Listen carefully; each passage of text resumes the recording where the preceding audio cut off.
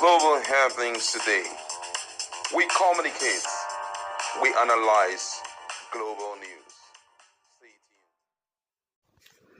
Hello beautiful people, welcome back to our channel. Senator Dixon Seriake is indeed a bone in the neck, not just to Wike, but also to the allies of Wike in Rivers State. That video, the press release he made on June 12th, is still giving them sleepless night, and they have decided to not only call out Senator Dixon, but to marshal out all his past deeds, misdeeds, and all.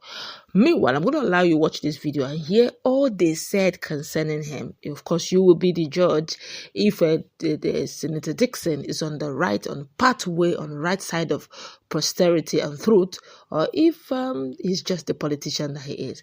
Meanwhile, while all of this is going on, Senator Dixon was seen with Sule Lamido, Peter Obi, and the likes. But let's watch this video to tell you exactly what transpired after now. Of the Rivers State Caucus in the National Assembly, we watched with utter dismay the vituperations of Senator Henry Seriake Dixon of Bayelsa West Senatorial District in his press briefing, wherein he expressed his anger at the emergency rule in Rivers State and chided the President of the Federal Republic for not using his June 12 address before the National Assembly to restore suspended Governor Similaye Fubara to office. Let it be categorically stated that Rivers State is not under military rule. The current administrator of the state, Vice Admiral retired Ibok Ete Ibas, is a retired military officer, just as Senator Seriake Dixon is himself a retired police corporal, but a serving senator. Both of them cannot be serving personnel of the armed forces. The implication of retirement is clear. Once an officer retires, he becomes a civilian, and any leadership role he occupies is subject to civilian laws, norms, and democratic oversight.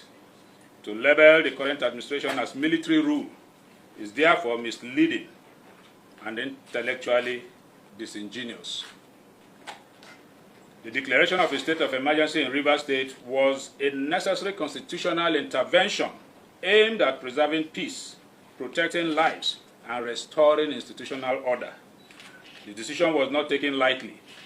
It was prompted by the rising tide of political instability and executive rascality within the state. Also, the disregard for democratic institutions was one of the reasons why we had that declaration. This position was also affirmed by the Supreme Court judgment of February 28, 2025, wherein the Supreme Court clearly stated that there was indeed no government in the state the way it was being operated then. It is imperative to highlight that the President of the Federal Republic of Nigeria, President Bola Ahmed Tinubu, acted swiftly and decisively to prevent the escalation of violence and systemic breakdown that loomed over our beloved state. The bold step averted a full-blown crisis. Without that timely intervention, orchestrated chaos would have overwhelmed the mechanism of governance and civil society in the state.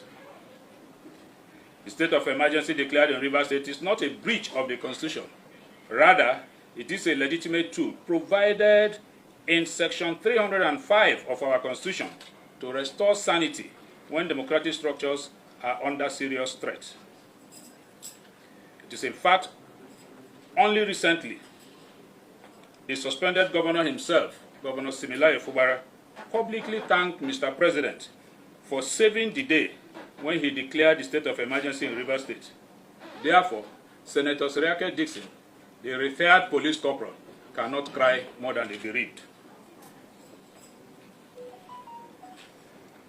It is extremely unfortunate that a former governor, a serving senator, and a retired police corporal, who by virtue of his police training is expected to maintain law and order, decided to make undemocratic utterances capable of causing a breakdown of law and order in Rivers State, whilst indigenes of the state are still on the path of seeking for peace, for us to ensure that we protect the lives of our people in the state.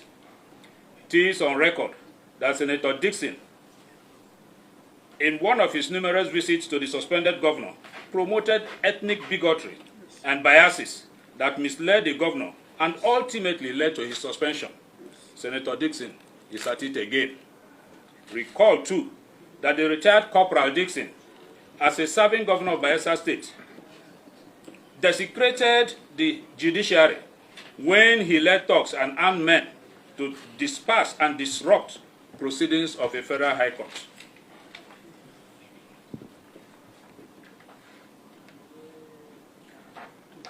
With the antecedent of Senator Dixon, we clearly hold that he is not qualified. He is grossly incompetent and unfit to claim to protect democracy. When he had the opportunity as a chief executive, his records are there. They speak for themselves.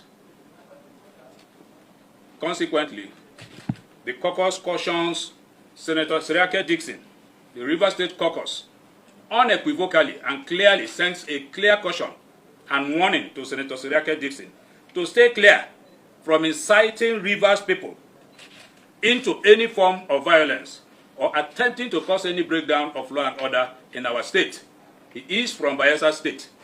If he wants to cause problem or crisis anywhere, let him go back to his home and do so. We will also call on the security agencies to put a tab on him and his actions, which are likely and capable of causing a breach of peace, particularly now that the state is working towards restoring peace amongst our citizens. We will also call on the Senate Committee on Ethics to commence investigation into the unparliamentary actions of Seriake Dixon. And as a caucus, we will stand firm to follow up on this and ensure that this attitude, condemnable attitude of Senator Seriake Dixon, is completely addressed. Collective view, and we agreed. But fortunately, I'm in the same chamber, in the Senate, with Senator Seriake Dixon. And I know that those of us from Niger Delta will have enormous duty. We all people enormous duty and contributions to make. I'm equally aware that Bayelsa State, especially Bayelsa West, need a lot of this activism to bring the dividends of democracy to them. I want to tell you that these things are lacking. The appointments you have in Bayelsa today are the appointments that they got through their relationship with Rivers State. I'm not too sure that my colleague has attracted anyone to his state. None. I am also aware that one of the most backward states in the country in terms of infrastructure is Bayelsa. And so this energy could be channeled towards activities that will improve the infrastructural problems of Bayelsa State. So I join in appealing to my colleague, Seriake Dixon, that we should kill negative energy in our politics in Niger Delta. Thank you very much.